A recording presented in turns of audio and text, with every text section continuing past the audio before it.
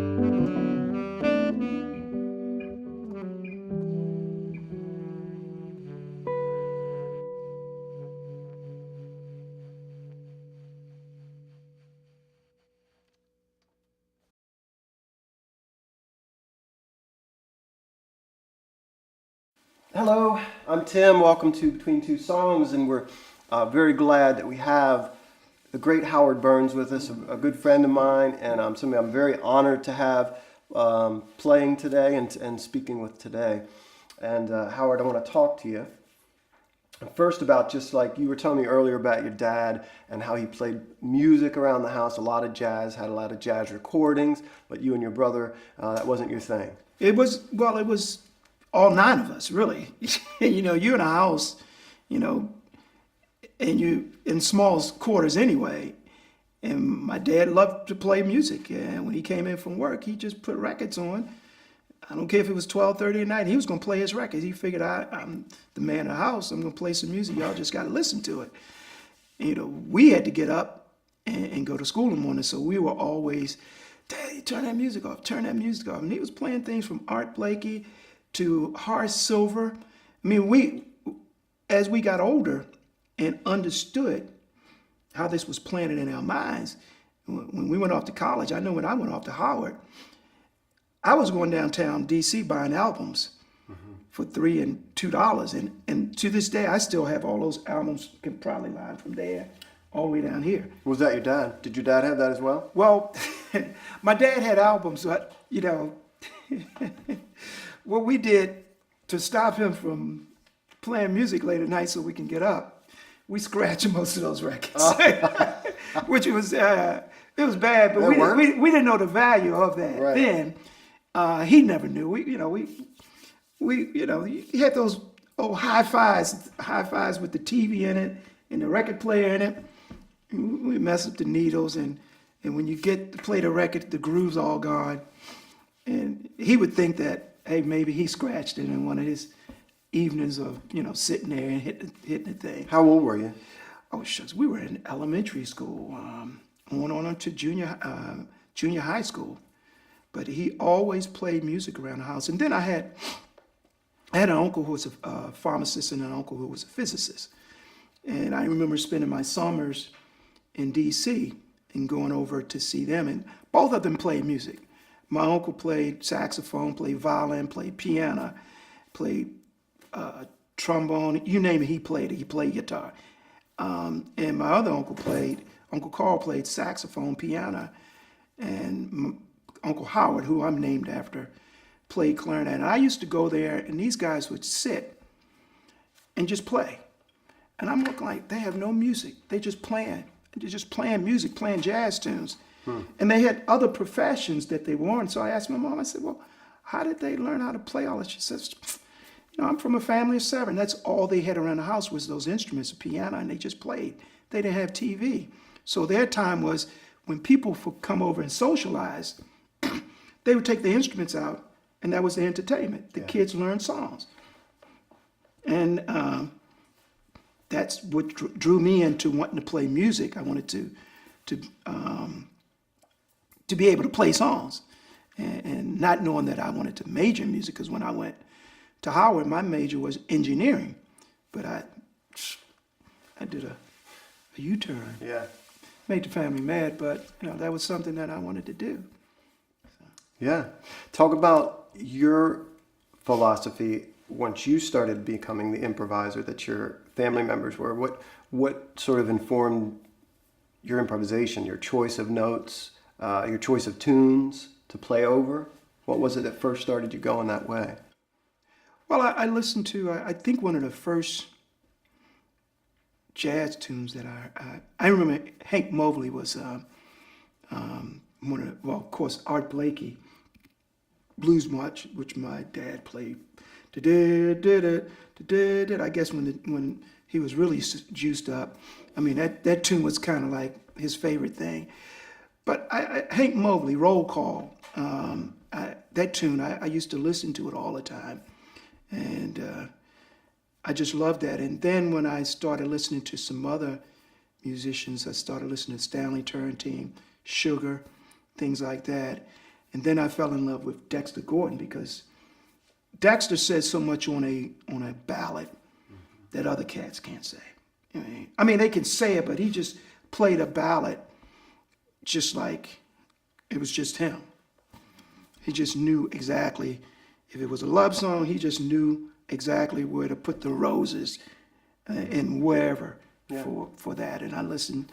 So I just listened to a lot of those guys who played those wonderful ballads.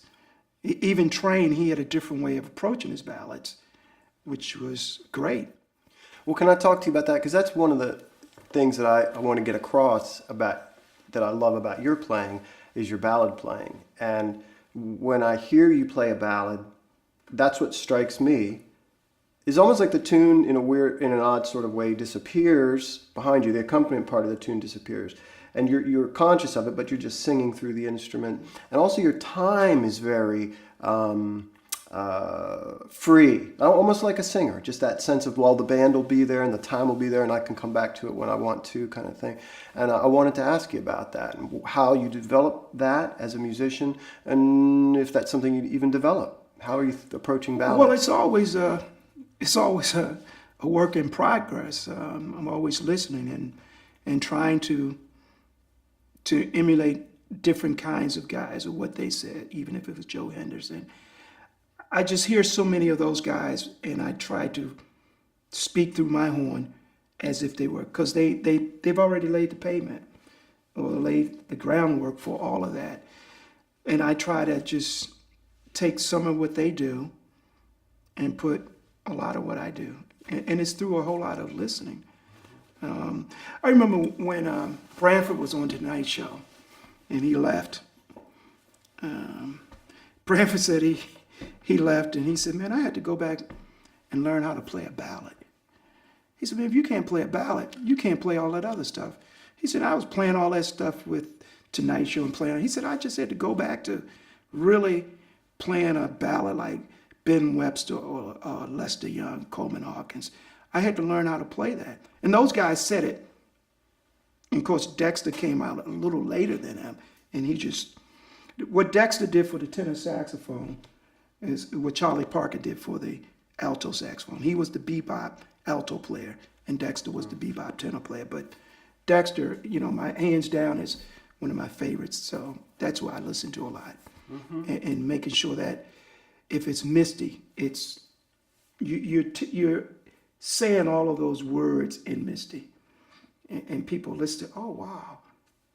A lot of cats get up there and play a lot of notes, and all of a sudden you play go, woo, wow, you got their attention.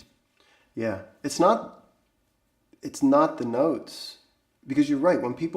Sometimes when people play ballads, they play them the exact same way they play a swing tune. Yeah, it's just the articulation and the emotions that they pour out of that ballad. Talk about some of the overseas playing you've done, and in particular how people react to jazz music and just music generally overseas. I think we as Americans, we've, especially for jazz, because we don't have the audience like they have overseas. I remember going to Belgrade, Prague and Belgrade. We were playing it. I was playing with Kevin Yost, and he was doing he's a DJ who kind of turned his band into a live setting, more like a Latin kind of thing. And we were playing for an audience of 4,000 and 5,000 people. Mm-hmm. I remember one of those things when we went to somewhere in Spain, Barcelona, Spain. And it was a 3-day festival. And in that and they still do that festival to this day. They said they have over 300,000 or 400,000 people that come through there. Huh. They come to that festival.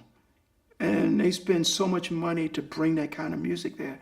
They have a better appreciation for what we do than we do. Why is it that a great singer, I'm trying to think of his name, Gregory Porter. Gregory Porter is from the United States. And when you see the audience that he gets when he's overseas, it's like it's a sea of people. I remember Gregory Porter came 2 or 3 years ago up at the Weinberg. It was barely 200 people there. Yeah. Weinberg seats 1,000 people. Yeah. And they get it there. I mean, he is a great singer.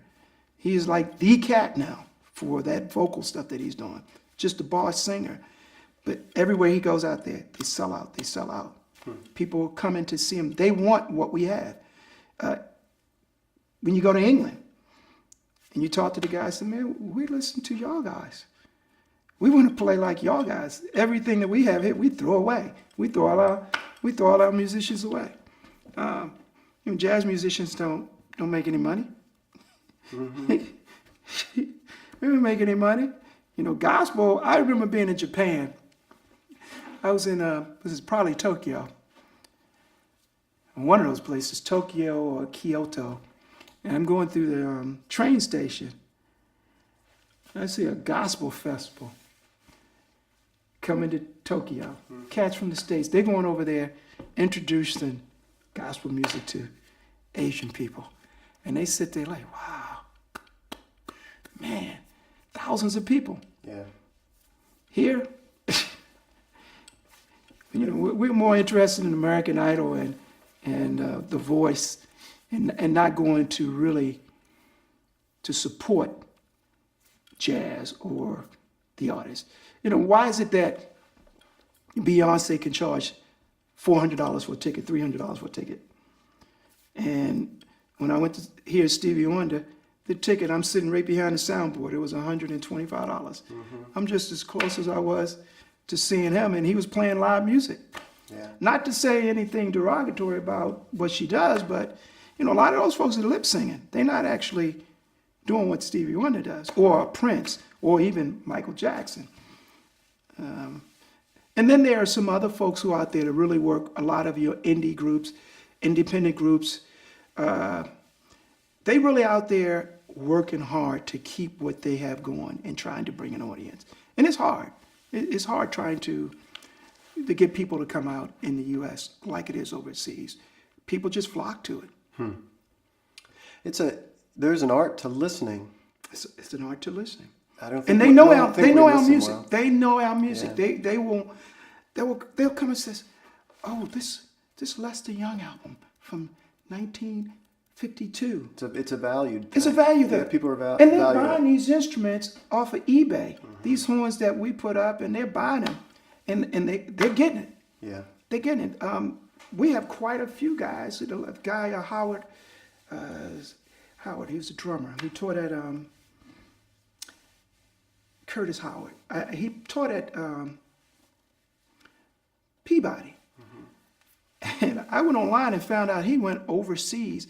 He runs in the music department over there in Austria somewhere. Yeah.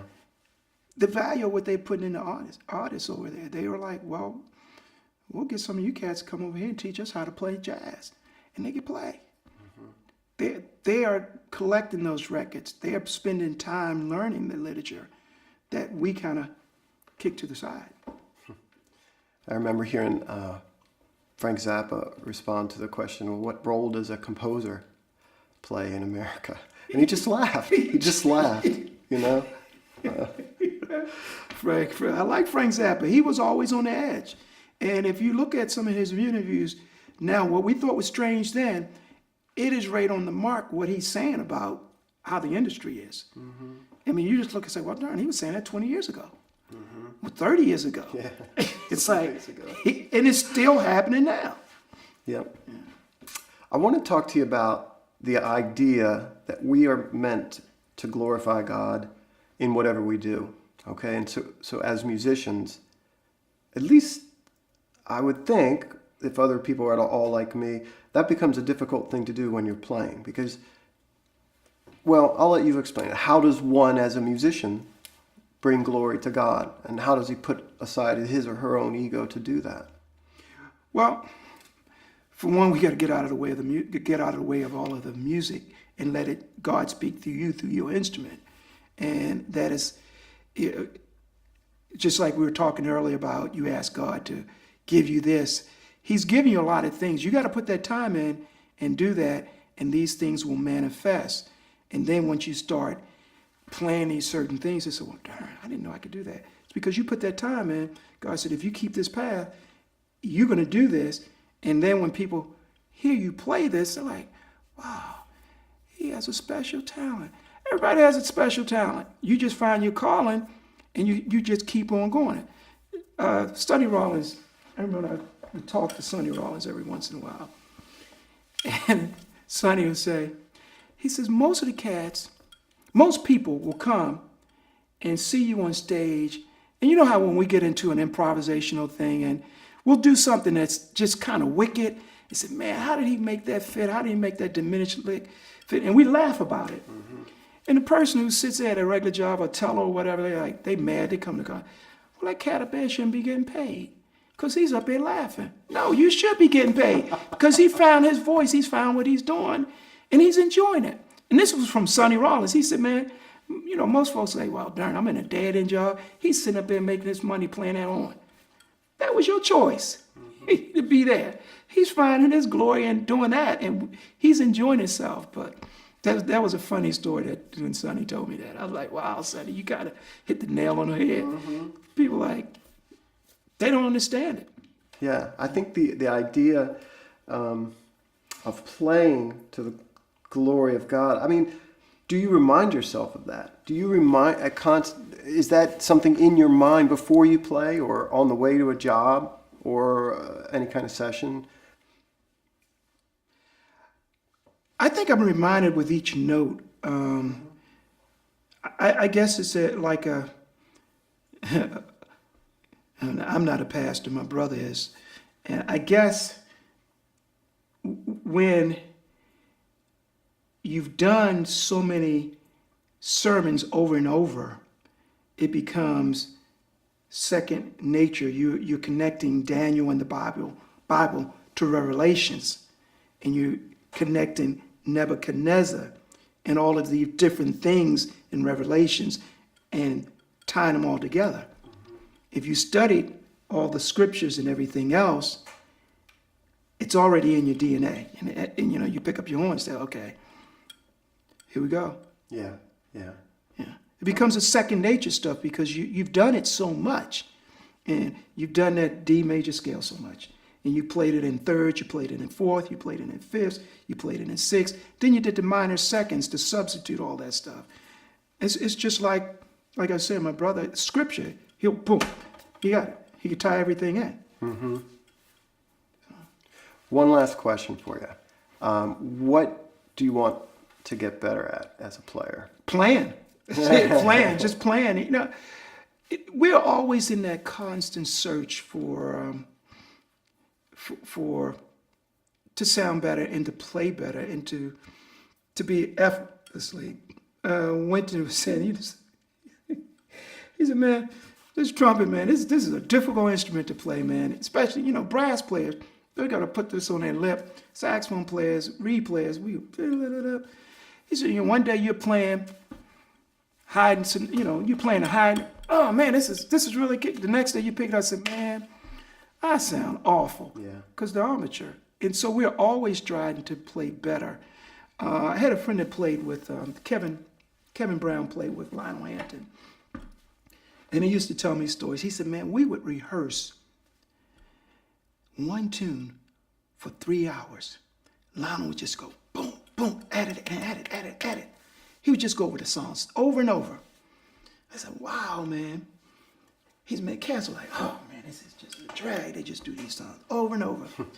But his method for that, play it over and over, and you play it right, even on a bad night, it sounds great. I remember when I was living in Belgium, and he came over and invited me to a concert. He was looking for me. He went all through Baltimore, asked my mother. My mother was like CIA, man. She wouldn't give up anything. I don't really tell you what my kids are. And she knew he and I were friends. He said, Miss Burns, we went to high school together. I said, no, Kevin, I can't give you that information. It's a government secret. We can't give it to you. So she finally gave it to him. And I'm in school over there. Nobody knows me there. I'm in a foreign country. People speaking Flemish, and it's Flemish speaks Dutch and French. Somebody's knocking on my door. Howard Burns. I'm like, oh shucks. I'm in the witness protection program. Somebody found me. I looked down I was on the 5th floor. I looked down, there was Kevin Brown. He said, man, look, I'm in town. Let's hang out. And when I went to hear the man, I just sat there and I'm looking at, man, everything sounds good. Just everything. His method for rehearsing those cats. So we hang out there. He said, yeah, we played okay tonight. I said, man, everything. He said, no, Lionel wasn't happy, man. He said, you made some mistakes. I said, man, from what I heard up on that stage, that was cool. He said, we're going to get chewed out. So, the thing is the constant over and over. Just like when we did Pannonica. I mean, I played that tune all day yesterday. I played it some this morning. And it's always something that say, oh, man, I get spooked by this chord. What can I work on to make this sound like it's water running into a glass? So when the listener's listening to it, they can see it. And when it's right, because sometimes sometimes when I hear a singer or a song, I get goosebumps. I said, that song, man, you get those goosebumps, you say, oh, that's it. That's it. And that's what I always like to try to get better and better. So when people hear it, like, whoa, that's it. Yeah, I like that. I like that. All right. Thank you, man. It's always really good playing music with you and hanging out with you. I really appreciate you, man. Thank you, man. God bless I you, had man. fun. God bless you, man. I had fun, man. All right. Yeah. All right, well, tune back in. We're going to have more performances, and Howard and I are going to play again. Yeah. And you can subscribe or like or all that good stuff. Thank you. God bless you.